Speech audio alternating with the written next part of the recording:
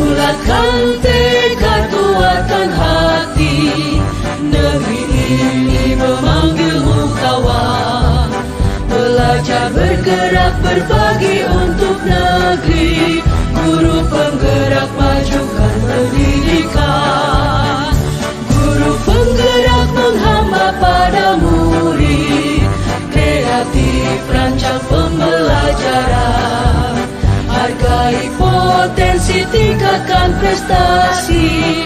Lahirkan profil pelajar Pancasila.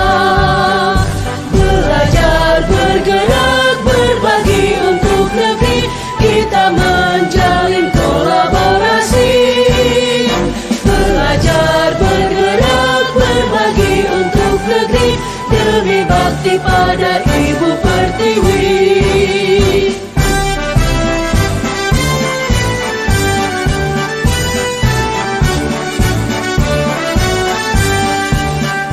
Bulatkan tekad, kuatkan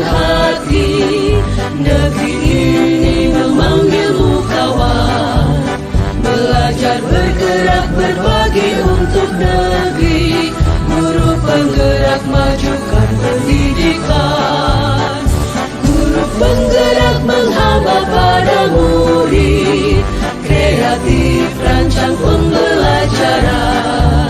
Hargai potensi tingkatan prestasi, lahirkan profil pelajar Pancasila.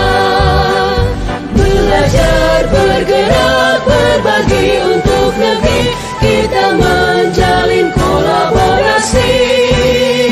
Belajar, bergerak, berbagi untuk negeri, demi bakti pada Ibu Pertiwi.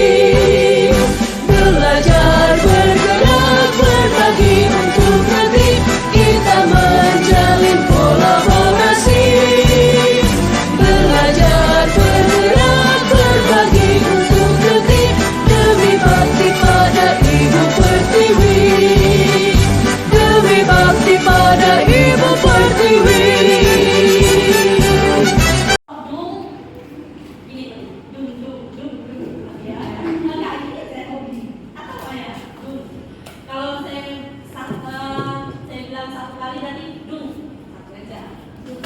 Ini kelompok tak, tak, tak, tak, tak. Berarti kalau lima kali tak, tak, tak, tak, tak, gitu. Ini kelompok tes, ya.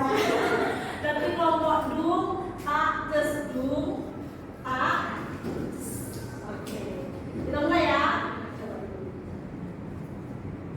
Dung, ya. Aba-abanya dari tangan saya. Oke. Dung, tiga kali ya. Oke,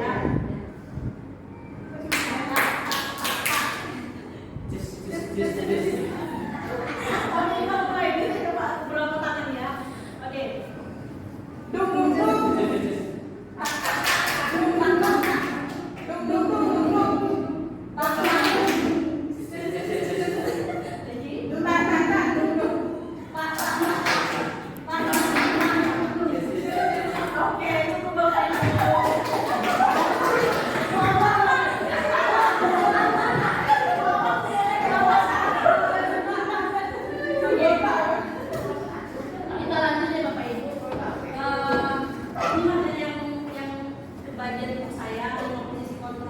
Jadi sebenarnya Bapak Ibu Guru, setelah kami mempelajari modul 1.6 budaya positif ini,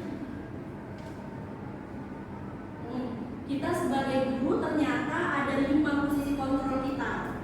Nah, inilah dia penghukum, teman, membuat rasa bersalah, pemantau, dan manajer. Saya contohkan dalam sebuah kasus ya. Datanglah siswa terlambat, namanya duduk.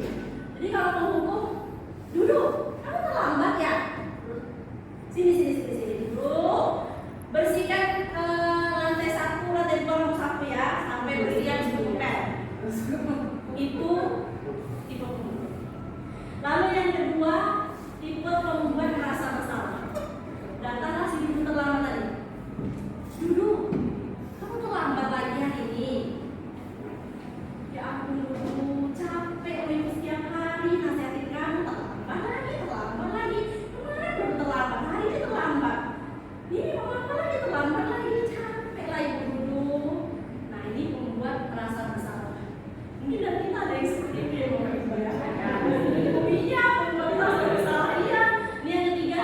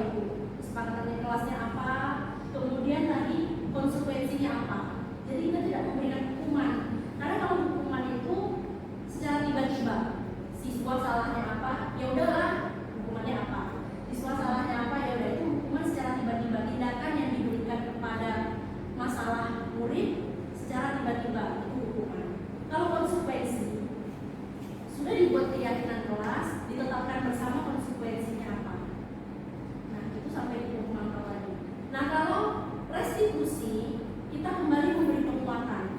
Setelah anak menyatakan, ya Bu, saya salah, tapi saya terlambat lagi. Terus, nah, bagaimana kamu menyikapi permasalahan kamu hari ini? Apa yang harus kamu lakukan dengan kamu terlambat? Maka dia akan menemukan solusi sendiri. Ya Bu, saya akan mengapa sesuai dengan konsekuensi yang sudah disepakati di awal kelas. Lalu kita memberi penguatan.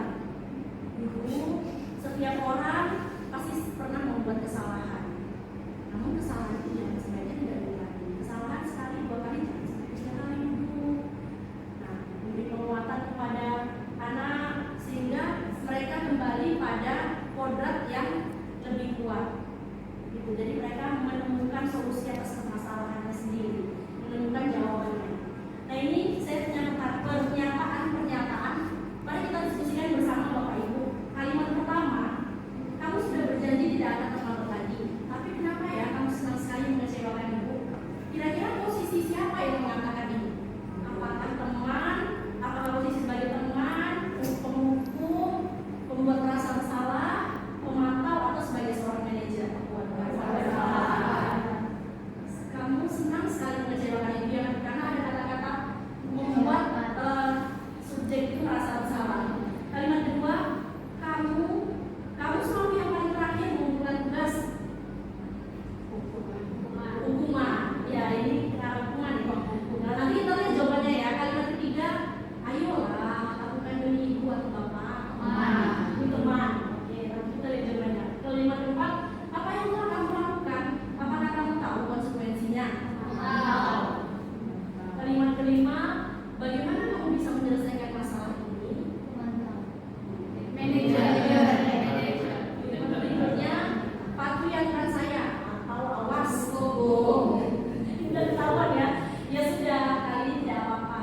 Nanti dibantu bereskan. Aman itu? Aman. Apa rencana kamu untuk memperbaiki hal ini? Manajer. Oke, kita lihat jawabannya Bapak Ibu. Jadi yang pertama tadi, yang membuat merasa bersalah. Kamu selalu ya ini hukuman. Ayo lakukan demi Bapak Ibu ini teman.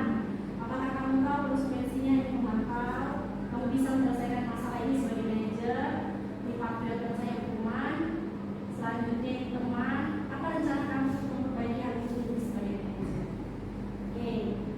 Jadi posisi kontrol guru yang paling tepat kita diminta sebagai pemantau atau manajer sebenarnya Bapak Ibu. Tapi yang paling tepat lagi kita diminta sebagai manajer. Dengan memposisikan diri kita sebagai manajer itu diawali dengan kita membuat kesepakatan kelas tadi, keyakinan kelas, sehingga kalau sudah ada keyakinan kelas bersama murid kita, maka dia tahu apa yang akan dilakukan jika dia melakukan sebuah kesalahan.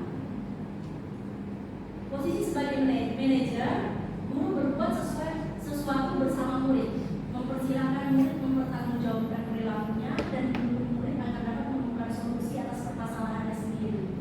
Posisi manajer mengacu pada diskusi yang dapat menjadikan murid sebagai manajer bagi dirinya sendiri, sehingga tercipta identitas positif berhasil pada diri murid. Nah, ini posisi sebagai manajer. Baik Bapak Ibu, saya sekian materi dari saya. Kita lanjutkan ke materi 3 restitusi yang akan dilanjutkan. Keyakinan kelas di 3 restitusi yang akan dilanjutkan oleh Ibu Media Rosa. Pada Ibu Media Rosa, silakan. Assalamualaikum warahmatullahi wabarakatuh. Waalaikumsalam. Terima kasih Bapak Ibu atas waktunya. Sedikit saya akan menyampaikan tentang keyakinan kelas. Ini hanya sharingnya Bapak Ibu, tidak menghubungi. Kalau untuk keyakinan kelas, di sini guru berperan dalam mewujudkan terbentuknya keyakinan kelas dengan adanya kesepakatan antara guru dan murid. Nah, mungkin saya percaya mungkin Bapak Ibu sudah melakukan di kelas, membuat kesepakatan di kelas pada materi Bapak Ibu ataupun pada kelas Bapak Ibu sendiri yang Bapak Ibu ajar ya. Nah, kalau di kelas mungkin Bapak Ibu mungkin sudah membuat ini kita pokoknya di kelas itu apa yang mau kita sepakati. Misalnya tidak terlambat, belajar tidak boleh makan di kelas, saling menghargai teman, itu baru kesepakatan, belum masuk ke keyakinan.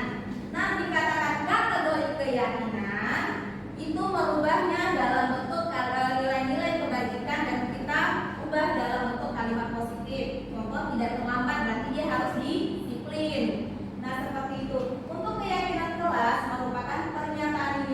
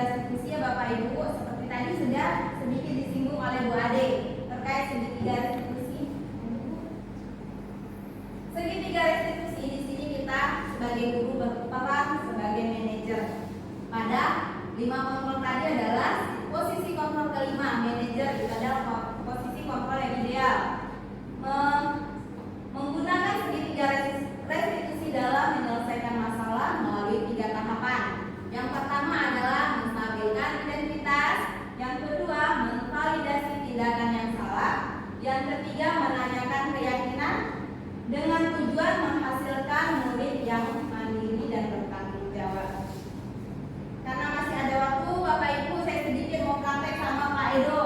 Nah, misalnya Pak Edo sebagai boleh Pak? Sebagai murid yang tidak dilarang, tapi ingat karena dulu sebagai pelajar, sebagai siswa, jadi harus ada waktu-waktunya. Kalau untuk malam tidak boleh tidur sampai terlalu malam karena main game ya. Dulu masih ingat keyakinan kelas yang kita buat? Masih Bu. Masih. Kira-kira menurut Ibu dulu nih keyakinan kelas apa yang sudah dulu langgar? Disiplin Bu, disiplin waktu. Disiplin waktu. Menurut Dudu disiplin waktu itu penting nggak? Penting Bu, tinggal. Penting. Kalau sudah tahu itu penting, kira-kira apa yang akan Dudu lakukan ini untuk menjadi siswa yang disiplin? Baik Bu, saya rencananya akan tidur lebih awal lagi Bu. Kemudian saya akan lebih disiplin lagi menghargai waktu sehingga saya bisa bangun lebih awal Bu. Oke, kalau sudah itu Dudu lakukan, kira-kira Dudu menjadi siswa yang seperti apa? Siswa yang bisa lebih disiplin dan bertanggung jawab. Oke, Ibu berharap untuk kedepannya tetap berikan yang terbaik. Dudu tetap menjadi siswa yang disiplin. Nah, untuk kedepannya jangan diulangi lagi. Baik, Bu. Oke, Terima silakan kasih, Bu. kembali ke kelas. Baik Bapak Ibu, kepada Bu Artini ya, kepada Ibu kami persilakan. Baiklah Bapak Ibu yang presentasi hari ini ya kan. Saya sedikit bertanya tentang peran guru tadi yang sebagai penghukum, sebagai posisi yang terbaik dan ideal adalah manajer. Nah di sini kan yang namanya seorang manajer itu dalam menghadapi masalah itu kan sikapnya santun, bahasanya juga bagus. Nah sementara dalam aksi nyata di dunia nyata kita menghadapi anak-anak yang bangganya luar biasa dengan latar belakang orang tua yang pendidikannya juga kurang, kemudian ekonominya juga bermasalah sehingga anak ini susah untuk dipakai bahasa yang indah untuk disampaikan kepada anak tersebut. Nah kita kan dituntut untuk manajer, sementara menghadapi anak ini mungkin bahasa manajer dengan dia ini tidak dia pahami, mungkin bahasa menghukum. Nah bagaimana untuk menghadapi hal yang seperti ini? Terima kasih. Baik Ibu, saya langsung jawab ya Bapak Ibu. Adapun memang manajer ini sebenarnya posisi yang paling tinggi ya Bapak Ibu, dari kelima posisi. Sementara realisasinya di lapangan itu kita masih sering ngoceh, menghukum, mungkin membuat mereka merasa salah. Nah itu tadi seperti kita perlu tahu dulu kembali ke kebutuhan dasarnya apa. Apakah dia membutuhkan kasih sayang? Kita telusuri dulu apakah anak tersebut atau murid kita itu butuh kasih sayang kah? Ataukah dia butuh kebebasan? Atau dia butuh kesenangan? Karena memang pada umumnya anak sekarang itu kalau melihat murid-murid kita di SMK 7 ini, melihat kebutuhan dasarnya itu rata-rata kebebasan. Mereka ingin bebas main game, bebas untuk bertingkah laku gitu. Tapi memang harus pada aturan-aturan atau norma-norma yang kita buat pada keyakinan kelas tadi. Nah, jadi menurut saya ini, Bu, kita perlu tahu dulu kebutuhan dasarnya apa. Jadi kita memang harus ada pendekatan kepada murid yang memiliki masalah tadi. Kita telusuri lebih dalam kebutuhan dasarnya apa. Kemudian perlunya dibuat keyakinan kelas tadi. Dengan adanya keyakinan kelas itu yang akan menjadi kesepakatan antara kita dengan murid-murid kita. Apa saja, apakah saling menghargai, saling peduli, kemudian menjaga kebersihan. Jadi kalau memang ada salah satu aturan kelas tadi yang dilanggar oleh murid, kita tetapkan konsekuensinya apa. Tapi kalau dalam manajer tadi, mereka bisa menemukan solusinya sendiri apa. Misalnya kalau yang terlambat tadi mereka bisa manajemen waktu, bangun tidur lebih cepat sehingga mungkin harus pasang alarm biar bisa bangun lebih awal. Jadi kalau memang dalam penerapannya di murid kita sendiri, kita perlu tahu dulu kebutuhan dasarnya apa tadi, dan kita perlu membuat keyakinan kelas ini dan kesepakatan bersama. Mungkin itu bisa menjawab Ibu. Kepada Bapak Ibu yang lain, apakah masih ada pertanyaan? Boleh, silakan. Mengos.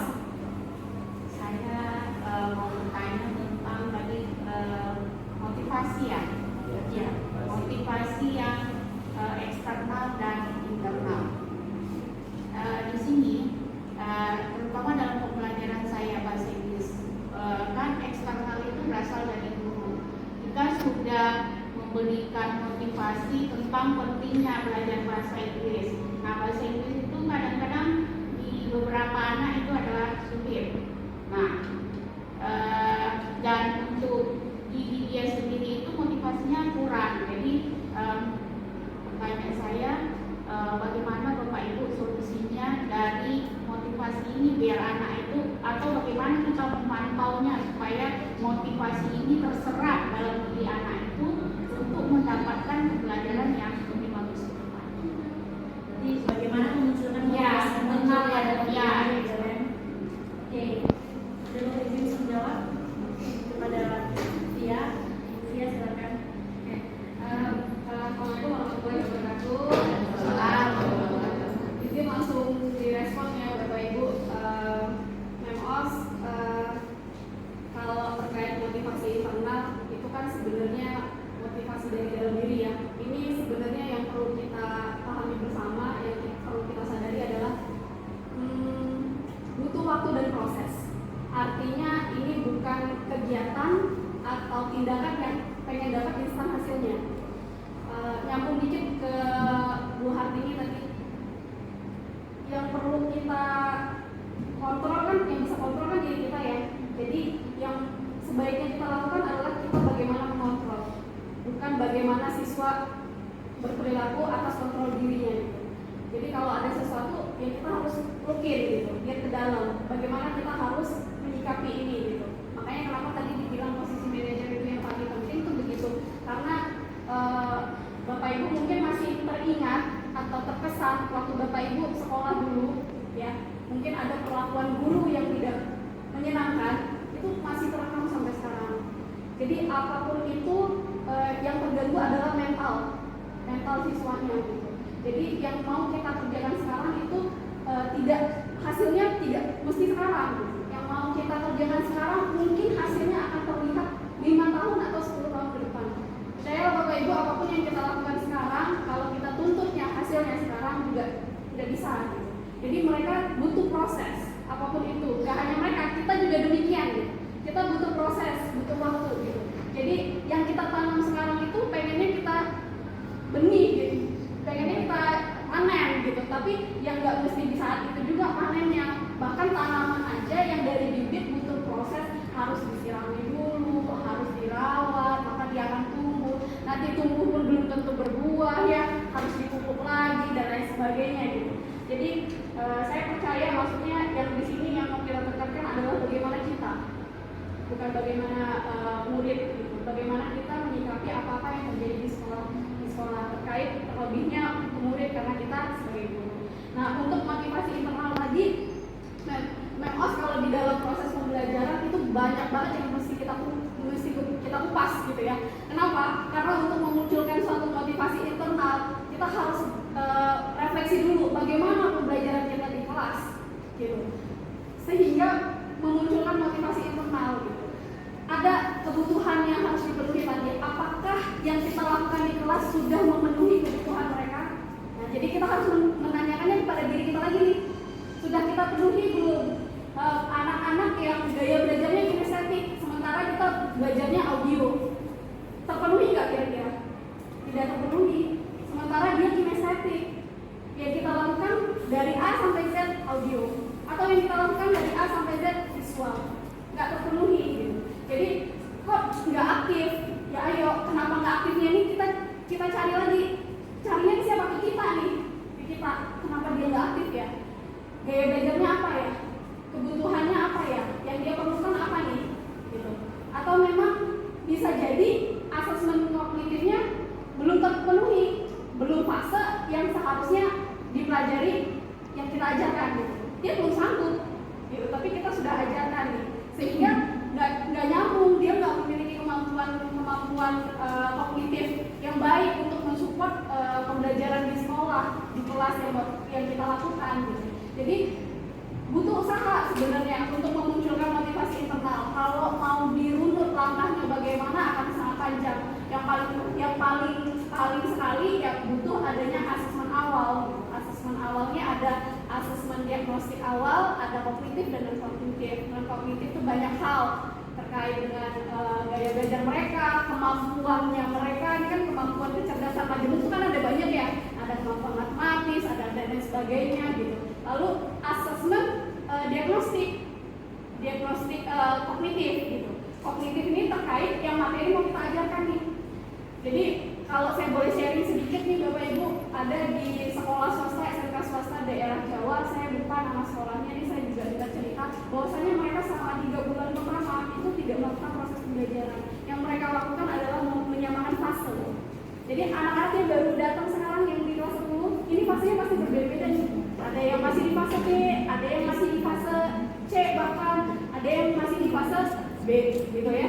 Jadi gunanya asesmen diagnostik kognitif tadi ya untuk menyamakan fase nih. Jadi kita udah tahu nih dari hasilnya, kita tahu, jadi kita kelompokkan anak-anak yang masih di fase D sama anak-anak yang sudah di fase C. Nah, boleh banyak langkah yang bisa kita kerjakan, bisa tutor sebaya atau kita mereview sedikit di fase D gitu. Jadi dan kesenangan lain lah di kelas gitu yang dimunculkan gitu. Tapi besar harapannya tidak dengan posisi penghukum atau penghargaan tadi. Bahkan kadang sebuah penghargaan itu ternyata notabene adalah menghukum dalam hal ada sebuah riset ya bahwasanya penghargaan itu sebenarnya tidak baik untuk dilakukan karena itu hanya tidak permanen gitu. Jadi kalau tidak ada penghargaan mereka tidak akan antusias. Nah kalau itu sudah tertanam maka itu adalah menjadi suatu kebiasaan. Kalau sudah menjadi kebiasaan menjadi sebuah disiplin. Kalau sudah jadi disiplin jadi budaya, akan dilakukan terus menerus gitu. Jadi itu yang sebenarnya kita hindari nih gitu. Jangan memberikan reward yang berlebihan dan lain sebagainya.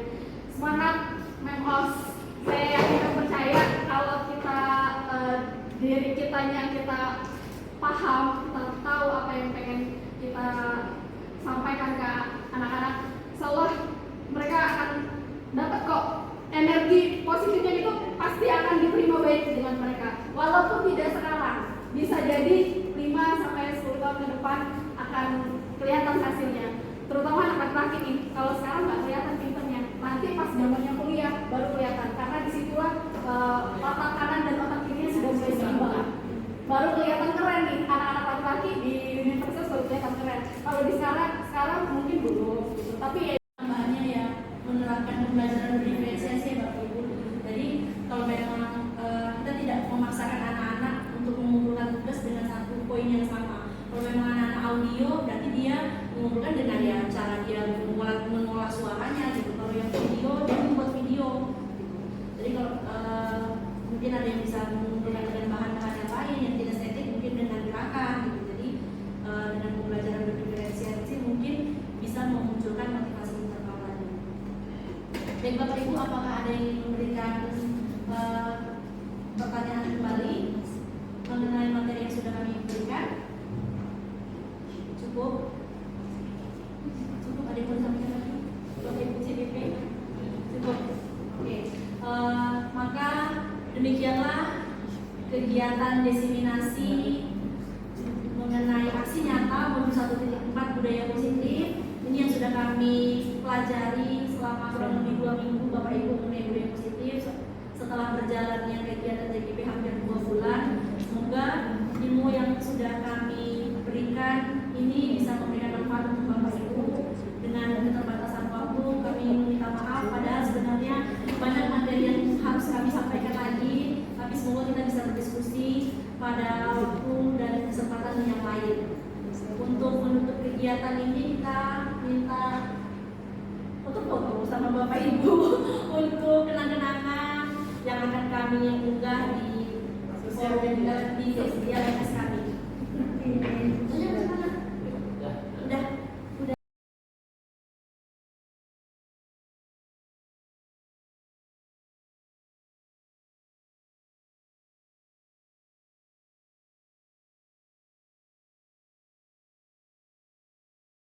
Aku hanya di 9 korban.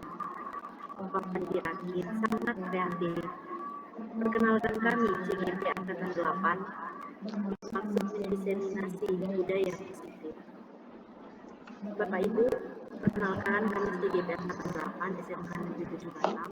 Nama saya saya sendiri Aditya Rakasini, rekan saya ada Ibu Sylvia, kemudian ada Bapak Edo Pramudia, Ibu Media Rosa, dan Ibu Juliet. Selanjutnya, pada kesempatan ini kami bermaksud membagikan ilmu yang sudah kami dapatkan pada modul 1.4 budaya positif. Kita langsung saja ya Pak Edo ya.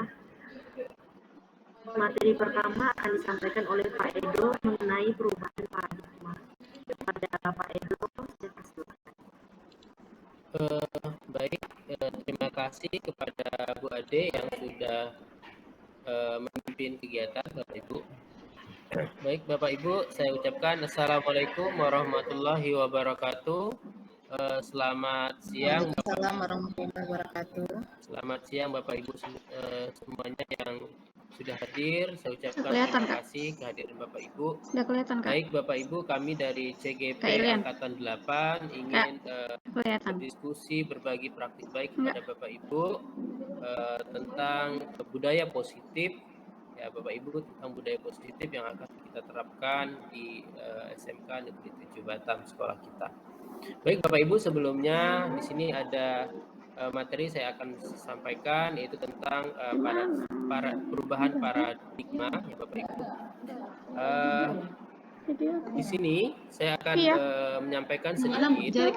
Ada sebuah kelihatan wajahnya. Kita umpamakan ya Bapak Ibu, kita dengan teman kita Bapak Ibu berdua melakukan kegiatan Bapak Ibu. Kasus misalnya dengan membuka sebuah teman kita ya mengepalkan sebuah tangannya ya. Jadi kan bahwa kita ini menyimpan sesuatu di tangan kita ini, sesuatu yang berharga di dalam tangan kita ini. Jadi ada benda yang sangat berharga, kemudian teman kita ini berusaha untuk membuka genggaman dari tangan kita ini. Ya, teman kita ini pasti dia memujuk kita ya, menghardik, mengintimidasi, memarahi ya, menggoda kita ya, sehingga kita mau membuka genggaman dari kepala tangan kita ini. Dan kita juga sebaliknya pasti tentunya akan terus berusaha, berupaya ya Bapak Ibu akan mempertahankan, karena menurut kita ini tentunya sangat penting, sangat berharga bagi kita. Nah, tentunya di sini kita juga bisa berpikir kira-kira siapa yang memiliki kontrol kasus ini? Apakah kita? Apakah orang yang tadi berusaha membuka kepala tangan kita tadi? Tentunya ini kita bisa lanjut Bu, slide-nya boleh. Next Bu, izin. Nah, baik. Nah, di sini Bapak Ibu tentunya dari kasus yang tadi itu berarti peran kontrol ya Bapak Ibu tentunya ada di kitanya. Nah, kita yang memiliki kontrol atau peran. Sedangkan teman kita dia hanya berusaha bagaimana agar dia bisa membuka kepala tangan kita. Tentunya kita juga bisa mengibaratkan kepada kita sebagai guru dan siswa bagaimana kita bisa memberikan pembelajaran kepada siswa itu sesuai dengan apa yang dibutuhkan siswa, sesuai dengan kebutuhan siswa. Jadi kitalah yang memiliki. Next yang selanjutnya ya, di disiplin positif ini kenapa harus ada disiplin positif? Karena ada 3 dampak yang bisa kita temukan. Yang pertama konsekuensi perilaku, kemudian siswa ini akan merasa bertanggung jawab. Yang ketiga adalah rasa hormat dalam berinteraksi dengan lingkungannya. Lingkungan tentunya lingkungan sekolah ya Bapak Ibu ya. Yang pertama. Next. Nah, ini yang saya bilang tadi, yang saya katakan tadi.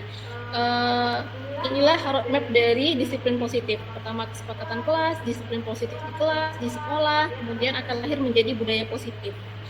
Nah, semua ini akan tercapai jika komunikasi, kolaborasi, dukungan, dan sikap konsisten dari stakeholder yang ada di sekolah. Jadi semuanya memang harus kerjasama dalam mewujudkan disiplin positif ini. Nah, mungkin dari saya itu aja Bu Ade. Saya kembalikan ke moderator. Terima kasih Bapak Ibu.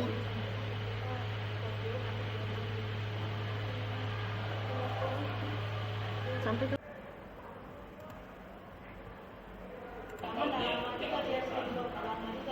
Jadi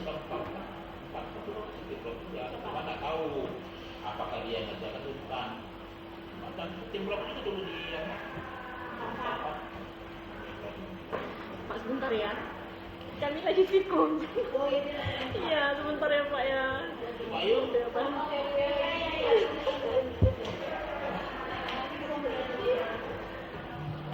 Boleh dimulai ya Pak ya. Pak Edu. Boleh itu Bu, boleh Bu. Oke. Izin Bapak Ibu kita lanjutkan ke materi berikutnya, materi ketiga, kebutuhan dasar manusia dan teori motivasi yang akan disampaikan oleh Ibu Alicia. Kepada Ibu Alicia dipersilakan. Ya, terima kasih Bu Ade. Mohon izin Bapak Ibu, saya di sini untuk share ilmu.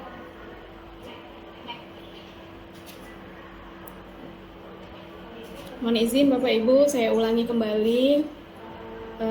Saya di sini bertujuan untuk men-share apa yang kami dapatkan di CGP Bapak Ibu. Jadi tidak ada niat untuk menggurui sama sekali. Bagian saya dapat materi tentang kebutuhan dasar manusia dan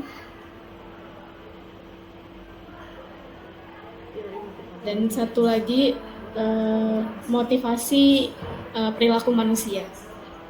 Untuk kebutuhan dasar manusia itu adalah segala sesuatu yang kita lakukan untuk mendapatkan apa yang kita inginkan. Jadi seluruh tindakan yang kita lakukan memiliki tujuan tertentu.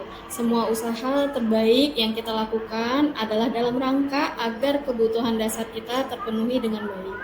Jadi apapun yang kita lakukan itu ada maksud dan tujuan. Tanpa ada dasar yang kuat, maka tidak akan ada perilaku yang tertunjukkan dalam kehidupan sehari-hari. Lanjut Bu.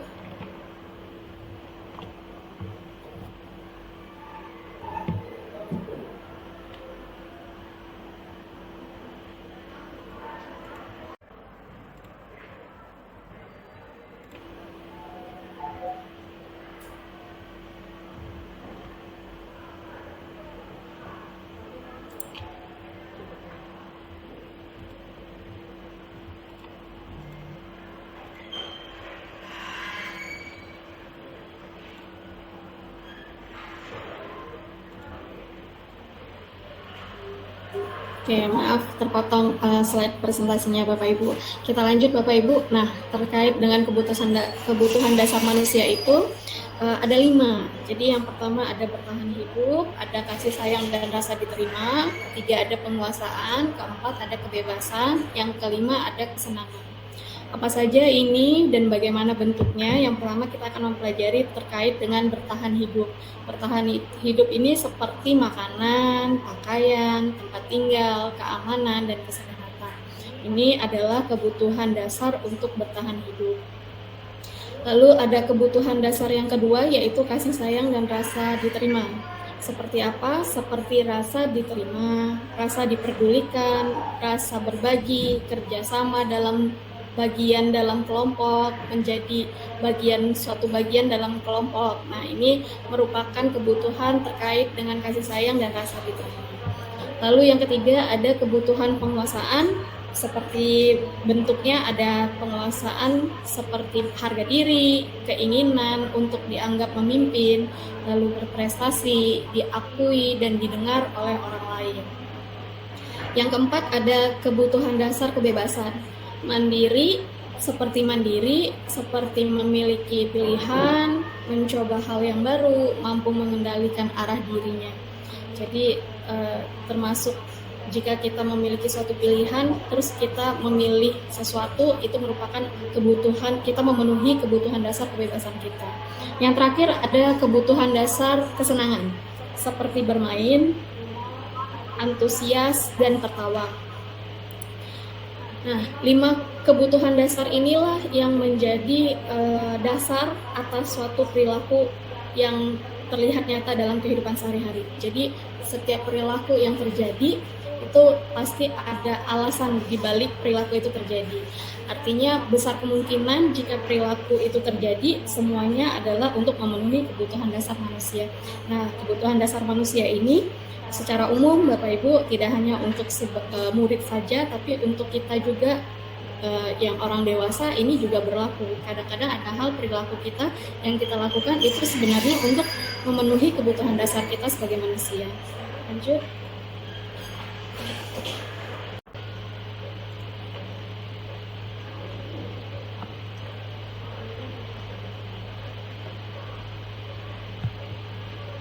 Bu Fia, suaranya nggak keluar, Bu Fia. Termut ya, Bu Fia. Oke, Bapak Ibu, kita lanjut motivasi perilaku manusia. Untuk motivasi perilaku manusia ini berhubungan erat dengan kebutuhan dasar tadi ya Bapak Ibu. Jadi apapun setiap perilaku yang terjadi itu ada motivasinya. Nah, motivasi itu mungkin salah satu dasarnya adalah untuk memenuhi kebutuhan dasar manusia tadi. Nah, motivasi perilaku ini ada 3. Yang pertama untuk menghindari ketidaknyamanan atau hukuman. Yang kedua untuk mendapatkan imbalan atau penghargaan dari orang lain.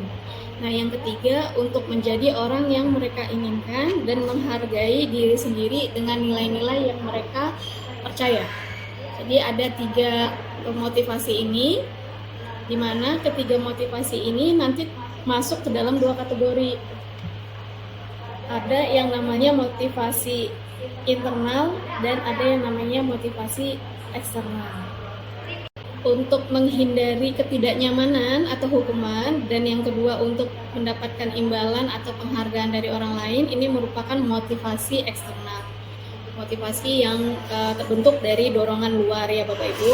Kemudian untuk menjadi orang yang mereka inginkan dan menghargai diri sendiri dengan nilai-nilai yang mereka percaya, ini masuk ke dalam motivasi internal.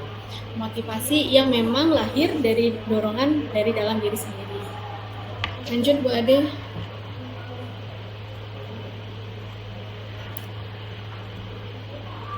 Udah. Iya. Udah. Hukuman konsekuensi. Boleh? Enggak. Hukuman konsekuensi nggak sih?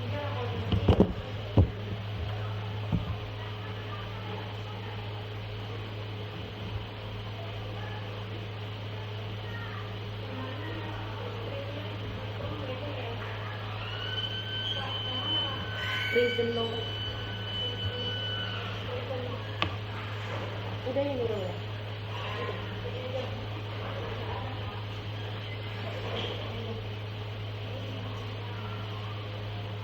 Apa? Adik-adik aja yang harus lihat adik. Stop. Ini.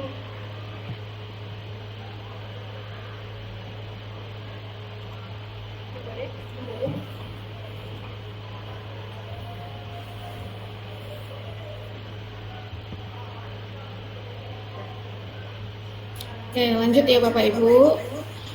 Untuk yang materi berikutnya ada hukuman, konsekuensi, dan restitusi. Nah, hukuman, konsekuensi, restitusi ini untuk yang hukuman dulu.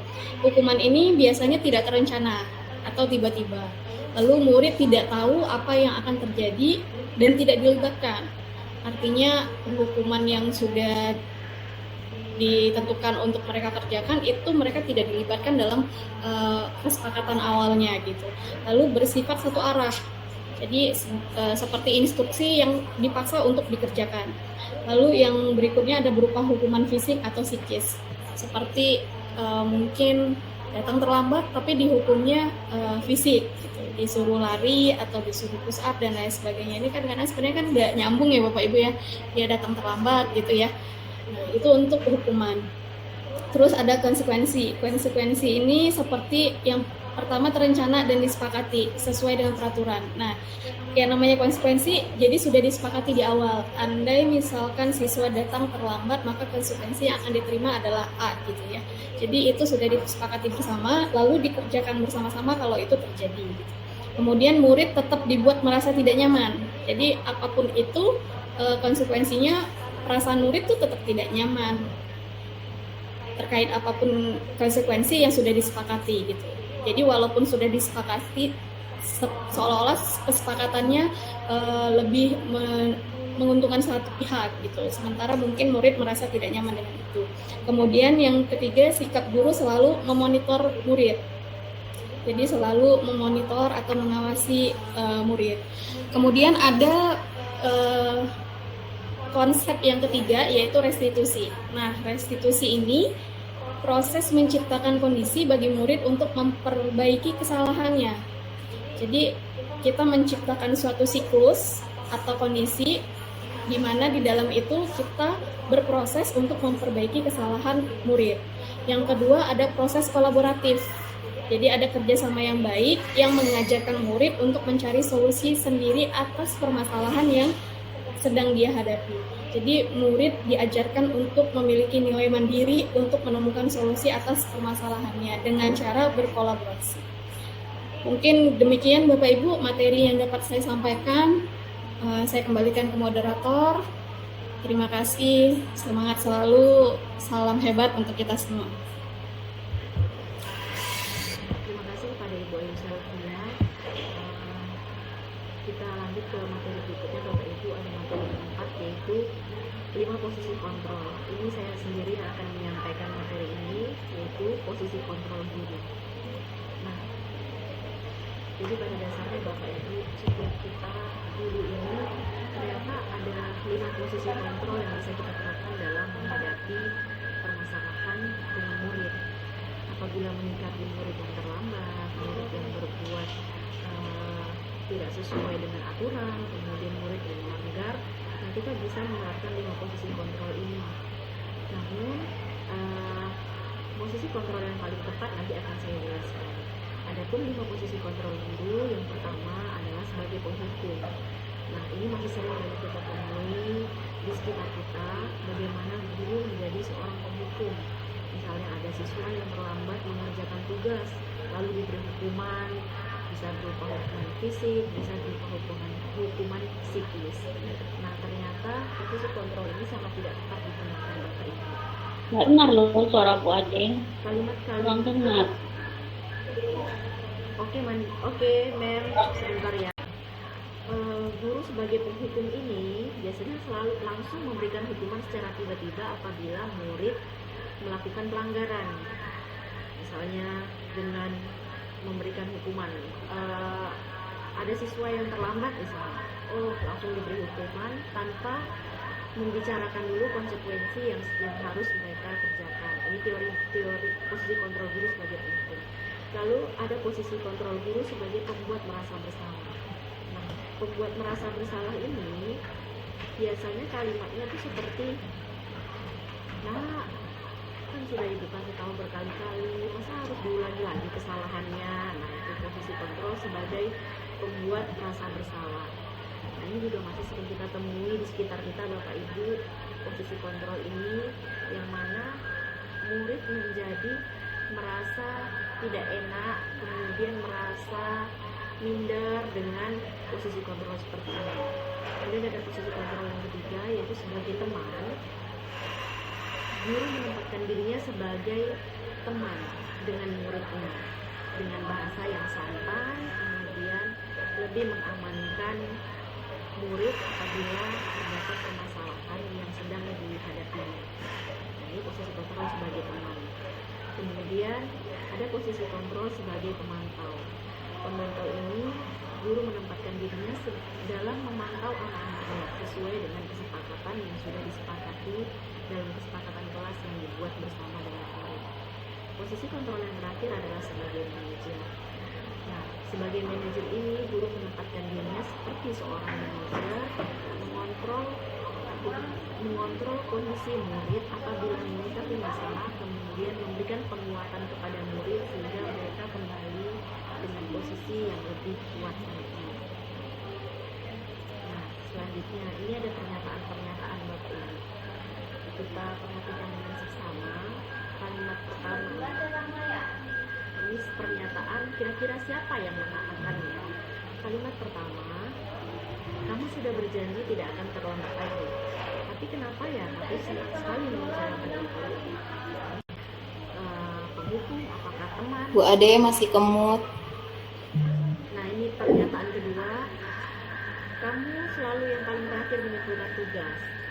Kita tampung dulu dari pernyataan pertama. Ini lanjut pernyataan kedua. Kira-kira siapa yang mengatakan kalimat ini?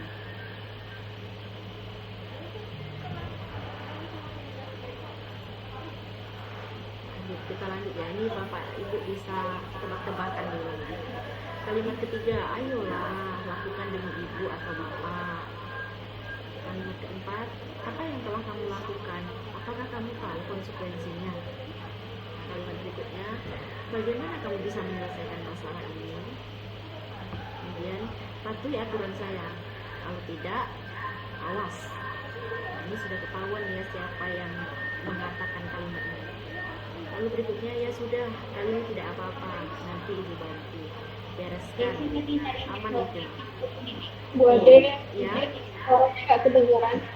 Oke. Sekarang sudah terdengar ya, Bu In.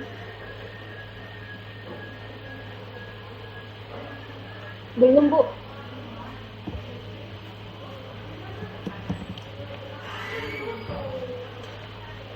Oke, sekarang sudah terdengar belum Bu In? Ya sudah, Bu. Kita lanjutkan ke jawaban dari pernyataan-pernyataan ini. Nah, inilah dia jawabannya. Pernyataan pertama, kamu sudah berjanji tidak akan terlambat lagi. Tapi kenapa ya kamu senang sekali mengecewakan ibu? Nah, ini kalimat dari posisi kontrol sebagai pembuat merasa bersalah. Jadi kalimat ini membuat murid merasa bersalah atas pernyataan yang disampaikan oleh gurunya. Jadi murid merasa bersalah. Kalimat kedua, kamu selalu yang paling terakhir mengumpulkan tugas. Nah, ini posisi kontrol sebagai hukuman. Biasanya dari kalimat ini penerusnya itu adalah memberi hukuman. Lalu kalimat ketiga, ayolah lakukan demi ibu atau bapak. Nah, ini posisi kontrol sebagai teman. Jadi ada kalimat persuasif di situ. Kalimat keempat, apa yang telah kamu lakukan? Apakah kamu tahu konsekuensinya? Nah, ini posisi kontrol sebagai pemantau. Jadi mencari tahu konsekuensi yang dilakukan murid apabila berbuat salah. Kemudian kalimat berikutnya, bagaimana kamu bisa menyelesaikan masalah ini? Nah, katanya dengan diawali bagaimana, ini posisi kontrol sebagai manajer. Jadi membuat murid mencari solusi atas masalah yang telah dia perbuat. Lalu kalimat berikutnya, patuhi aturan saya atau awas. Nah, ini posisi kontrol sebagai hukuman. Lalu selanjutnya, ya sudah, kali ini tidak apa-apa, nanti ibu bantu bereskan, aman itu. Nah, ini posisi kontrol sebagai teman karena ada bahasa santai di dalam situ. Terakhir, apa rencana kamu untuk memperbaiki hal ini? Nah, ini ditanya apa rencana yang dilakukan murid bila melakukan kesalahan. Nah, ini posisi kontrol sebagai manajer. Selanjutnya, posisi kontrol guru yang paling tepat adalah posisi kontrol sebagai seorang manajer. Sebagai seorang manajer, guru berbuat sesuatu bersama murid, mempersilahkan murid mempertanggungjawabkan perilakunya, dan mendukung murid agar dapat menemukan solusi atas permasalahannya sendiri. Posisi manajer mengacu pada restitusi yang dapat menjadikan murid sebagai manajer bagi dirinya sendiri, sehingga tercipta identitas positif berhasil pada diri murid. Mungkin ini saja Bapak Ibu yang bisa saya sampaikan mengenai posisi kontrol guru.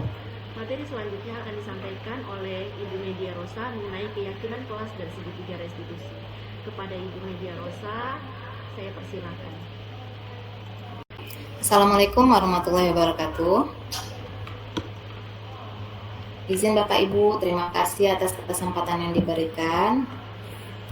Di sini saya akan menjelaskan tentang keyakinan kelas. Pada keyakinan kelas, guru berperan dalam mewujudkan terbentuknya keyakinan kelas dengan adanya kesepakatan antara guru dan murid. Nah, di sini kita membuat keyakinan kelas itu dengan melalui kesepakatan kelas, kemudian pembiasaan nilai-nilai kebajikan yang bersifat positif dan universal.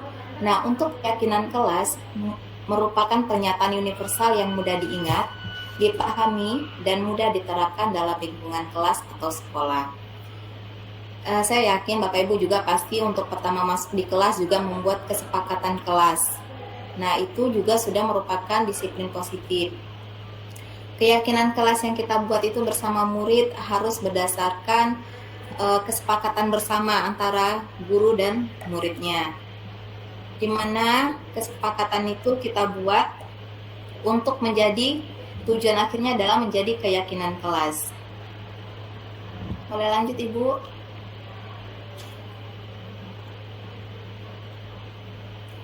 Oke, kita masuk ke segitiga restitusi.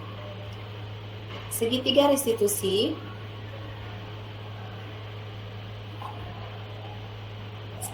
restitusi adalah suatu proses dialog yang dijalankan oleh guru atau orang tua agar dapat menghasilkan murid yang mandiri dan bertanggung jawab.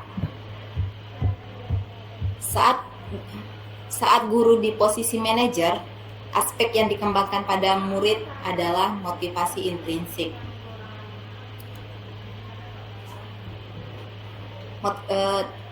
Pada posisi manajer tadi kita mengharapkan terbentuknya motivasi intrinsik siswa untuk bertumbuh dan berkembang menjadi suatu kebiasaan positif yang akhirnya membentuk suatu karakter murid yang menjadi lebih baik. Lanjut Ibu.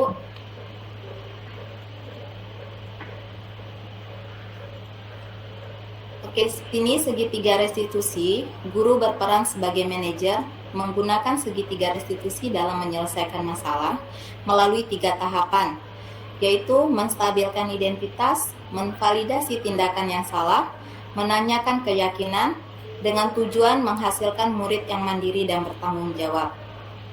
Pada segitiga restitusi ini Bapak Ibu, saya yakin Bapak Ibu juga sudah melakukannya. Terkadang kita melakukannya tidak sampai ke 3 tahapan terlaksana ya Bapak Ibu. Itu sebenarnya tidak masalah, cuman lebih baik ketiga tahapan itu dapat dilaksanakan agar nanti dengan dapat menghasilkan murid yang mandiri dan bertanggung jawab. Pada segitiga restitusi ini, kita berharap siswa atau murid kita dapat menjadi murid yang mandiri, di mana dia dapat mengambil dapat mengambil keputusan dari pertanyaan-pertanyaan yang kita berikan untuk merubah sikapnya menjadi lebih baik lagi sesuai dengan keyakinan kelas yang sudah dibuat. Mungkin cukup sekian Bapak Ibu presentasi dari saya. Saya kembalikan ke moderator. Terima kasih. Baik, terima kasih Bu Ocha atas penyampaian materi terakhir yaitu mengenai keyakinan kelas dan segitiga restitusi. Baik Bapak Ibu, itulah diseminasi kami mengenai modul 1.4 budaya positif. Izinkan saya menutup dengan pantun. Pergi ke pasar membeli cumi dihidang nasi. Demikianlah presentasi kami. Mari diskusi lalu refleksi. Baik Bapak Ibu, kami memberikan ruang kepada Bapak Ibu untuk bertanya atau memberikan saran kepada kami. Kami persilakan untuk Bapak Ibu mengacungkan tangan terlebih dahulu. Dipersilakan Bapak Ibu jika ada yang ingin bertanya. Izin, ya silakan Bapak. Ya, silakan Bu. Ya Pak. Ya benar Pak. Baik Pak Edo. Ya silakan Bu. Pertanyaannya, terima kasih Bapak Ibu atas ilmu yang telah diberikan kepada kami. Mudah-mudahan ke depan kita akan melaksanakan dengan baik. Tadi posisi guru adalah sebagai manajer. Ya Bapak Ibu, dengan begitu kita banyak mengarahkan anak ke arah kebaikan. Pertanyaan saya, seberapa jauhkah posisi guru sebagai manajer itu membawa keberhasilan menurut Bapak dan Ibu? Seberapa jauhkah posisi kita sebagai manajer itu mendapatkan hasil yang lebih baik, mengingat anak kita berbagai macam karakter. Itu aja, Assalamualaikum warahmatullahi wabarakatuh. Baik, terima kasih Bu Os yang telah memberikan komentar ya. Izin Bapak Ibu, mungkin saya ingin menjawab ya Bu. Izin Bu Kemuning sebentar, kita satu-satu ya. Setelah ini Bu Kemuning. Oke Bapak Ibu, saya ingin menanggapi sedikit yang disampaikan Bu Osmarida tadi, seberapa keberhasilannya, bagaimana posisi kontrol sebagai seorang guru. Kalau menurut saya Bapak Ibu, kalau kita sudah menerapkan posisi kontrol kita sebagai guru, karena ini tadi berdasarkan nanti itu berasal dari dari dalam ya Bapak, dari dalam oleh siswa. Itu ada tadi dari unsur intrinsik ya Bapak Ibu, dari siswa sendiri, siswa yang membuat memecahkan masalahnya dan memberikan rencana dari apa solusi dari permasalahannya. Tentunya dengan tadi kita buat dengan posisi siswa yang memberikan solusi dari permasalahan, tentunya ini keyakinan yang berasal dari siswa. Dengan ini saya rasa keberhasilannya akan lebih baik ya Bapak Ibu, karena itu berasal dari siswa sendiri, bukan berasal dari kita sebagai seorang guru. Itu mungkin Bu Osmarida tanggapan dari saya. Mungkin teman-teman yang lain juga bisa menambahkan. Nyalain solo. Lanjut aja. Izin.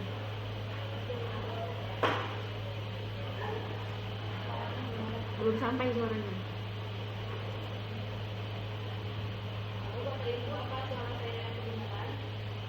Izin.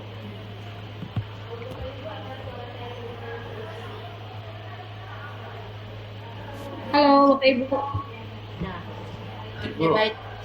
Izin menambahkan Bapak Ibu terkait dengan pertanyaan Ibu Osmarida Dewi, seberapa jauh peranan manajer ya untuk berhasilkan kedisiplinan siswa ya. Sangat jauh sekali keberhasilannya. Kenapa demikian? Seperti pada yang saya sampaikan tadi, kuncinya itu di kesepakatan kelas tadi. Nah, kesepakatan kelas tadi berhubungan dengan kontrol diri dari si siswa. Kemudian, kalau siswa tersebut udah bisa menjalankan keyakinan kelasnya, jika dia melanggar, itu kita harus terapkan tadi restitusi ya, segitiga restitusi ya Bapak Ibu ya. Di segitiga restitusi itu ada kegiatan menstabilkan, ada kegiatan validasi, ada kegiatan keyakinan tadi ya Bapak Ibu ya. Dari 3 kegiatan itu, si siswa tadi itu akan menanyakan ke diri dia sendiri keyakinan kelas yang udah dilanggarnya apa, kemudian dia cari solusi untuk menyelesaikan. Jadi tanpa tekanan, tanpa ancaman, tanpa hukuman, lewat kesadaran diri dia sendiri, dia menyelesaikan permasalahan yang udah dibuatnya sendiri, sehingga itu sangat berdampak bagi tanggung jawabnya, kemudian motivasinya, kemudian seperti yang saya bilang tadi, tanggung jawab, kemudian apa sih?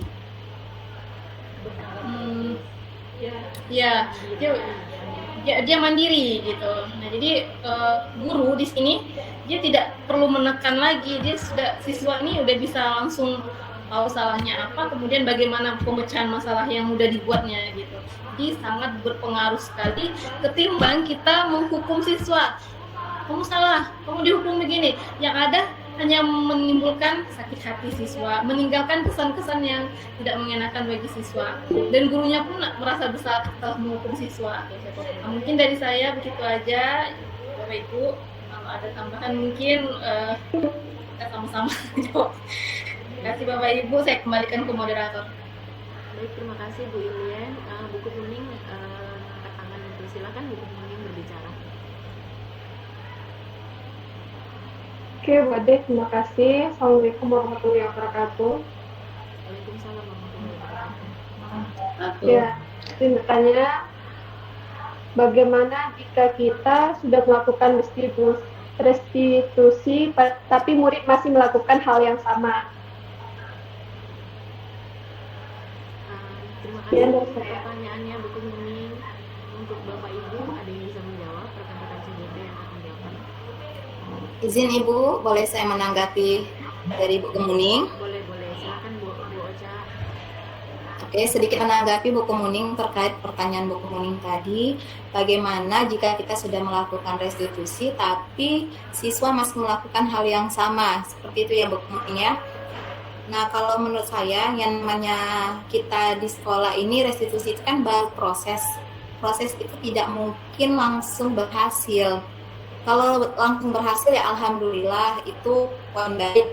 Tapi kalau seandainya memang masih melakukan hal yang sama, kita masih bisa melakukan restitusi selanjutnya, atau kita bisa meminta teman di kelasnya untuk membantu kita terkait apa masalahnya, membantu seandainya anak ini terlambat datang ke sekolah, seperti kegiatan restitusi sudah saya lakukan. Anaknya terlambat datang ke sekolah dikarenakan main game malam hari dan kesiangan bangunnya. Jadi sehingga kita bisa meminta berkolaborasi dengan orang tuanya untuk membantu si anak tersebut agar dibangunkan dan tidak terlambat lagi ke sekolah. Kalau untuk yang tadi itu mungkin proses itu nggak bisa instan ya Bu, mungkin bisa berulang kali untuk dilaksanakan, karena belum tentu semuanya yang kita lakukan itu langsung hasilnya saat itu juga gitu. Mungkin cukup sekian Bu Ade, ada yang rekan lain yang mau nambahkan, silakan. Terima kasih. Baik, terima kasih Bu Ilian. Bu Kuning, tangan silakan Bu Kuning berbicara. Oke, Bu Ade, terima kasih. Assalamualaikum warahmatullahi wabarakatuh. Waalaikumsalam warahmatullahi wabarakatuh. Ya, izin bertanya, bagaimana jika kita sudah melakukan restitusi tapi murid masih melakukan hal yang sama? Terima kasih pertanyaannya Bu Kuning. Untuk Bapak Ibu, ada yang bisa menjawab? Izin Ibu, boleh saya menanggapi dari Bu Kemuning? Boleh, silakan Bu Ocha. Oke, sedikit menanggapi Bu Kemuning terkait pertanyaan Bu Kemuning tadi, bagaimana jika kita sudah melakukan restitusi tapi siswa masih melakukan hal yang sama, seperti itu ya Bu Kemuning ya. Nah, kalau menurut saya yang namanya kita di sekolah ini restitusi itu kan baru proses itu tidak mungkin langsung berhasil. Kalau langsung berhasil ya alhamdulillah, itu poin baik. Tapi kalau seandainya memang masih melakukan hal yang sama, kita masih bisa melakukan restitusi selanjutnya, atau kita bisa meminta teman di kelasnya untuk membantu kita terkait apa masalahnya, membantu seandainya anak ini terlambat datang ke sekolah, seperti kegiatan restitusi sudah saya lakukan. Anaknya terlambat datang ke sekolah dikarenakan main game malam hari dan kesiangan bangunnya.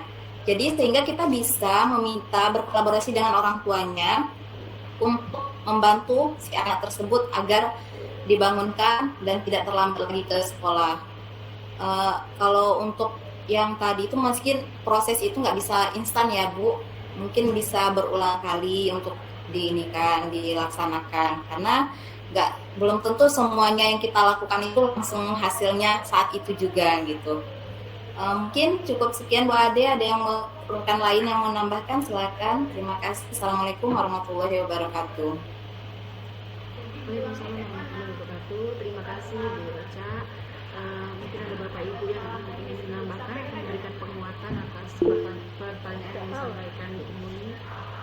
Belum tahu lagi Bu Yusrafia potong-potong video dan tambahan. Baru dipotong-potong. Oke, mohon izin Bu Kemuning, saya mungkin menambahkan apa yang disampaikan Bu Media Rosa, sependapat dengan Ibu Media Rosa bahwasanya apa yang kita lakukan sekarang itu mungkin butuh proses dan waktu untuk bisa menghasilkan sesuatu. Tidak instan, sependapat dengan yang dibilang Bu Media Rosa tadi, bahwa segala sesuatu mungkin tidak kita petik hasilnya saat ini juga.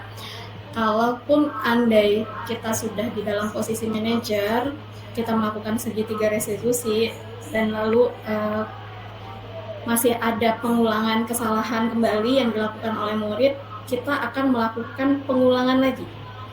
Artinya setiap kesalahan yang dilakukan, kita akan melakukan restitusi kembali, kemudian diterima baik, dilaksanakan dengan baik, terjadi lagi kesalahan, kita restitusi kembali. Artinya jika dilakukan pengulangan, maka itu akan menjadikan sebuah pembiasaan. Kalau sudah menjadi pembiasaan, melekat, ujung muara akhirnya kita mau itu menjadi sebuah budaya gitu. Jadi kalau dia sudah menjadi sebuah budaya positif yang melekat, insya Allah nanti kita bisa terima hasilnya, walaupun memang butuh effort yang besar untuk membuahkan hasil yang sangat indah gitu ya Bu Kemuning ya. Mungkin itu sedikit tambahan dari saya. Terima kasih. Saya kembalikan ke moderator. Baik, terima kasih atas tambahannya Bu Ayu Selvia. William ingin menambahkan, silakan Bu William. Baik, terima kasih Ibu Moderator. Sedikit lagi penguatan Ibu Kemuning. Kalau dianalogikan itu seperti ini Ibu Kemuning. Jika Ibu Kemuning punya tanamannya itu jika ada bermasalah atau jika ada yang rusak, kira-kira yang bertanggung jawab itu siapa? Halo Bu Kemuning?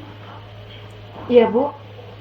Oke, dianalogikannya seperti ini Bu Kemuning. Misalnya Bu Kemuning ini kan punya tanaman. Kalau seandainya tanaman itu ada bermasalah atau ada yang rusak, kira-kira yang paling bertanggung jawab untuk tanaman tersebut siapa? Kita.